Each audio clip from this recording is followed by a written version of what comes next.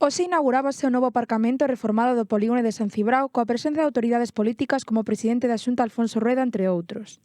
A alcaldesa de San Cibrao das Viñas quiso reforzar a idea da gran importancia que ten este polígono a nivel tanto autonómico como nacional.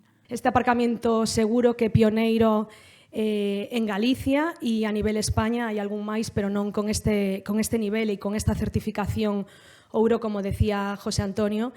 Quero agradecer, por suposto, o compromiso do presidente da Xunta de Galicia, que fai menos de un ano, recén gañadas as eleccións á Xunta de Galicia, creo que tan só 10 días despois estaba aquí neste mesmo recinto comprometéndose xunto co presidente da Deputación de Ourense a facer esta infraestructura.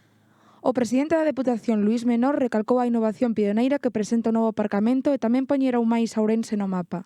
Estamos diante do polígono industrial, os que non son de Ourense, o polígono industrial, e agora hai parques empresariales e hai xa moita actividade, pero sin dúbida ninguna estamos ante o polígono industrial que foi quen de dar un salto importante no desenvolvemento desta provincia e a quen lle debemos todavía moitas cousas. Hoxe estamos facendo un pago, estamos facendo, ademais, algo importante no sentido de que, por unha parte, estamos dando resposta a unha necesidade e, ademais, o estamos facendo de maneira útil, pero, sobre todo, de maneira innovadora.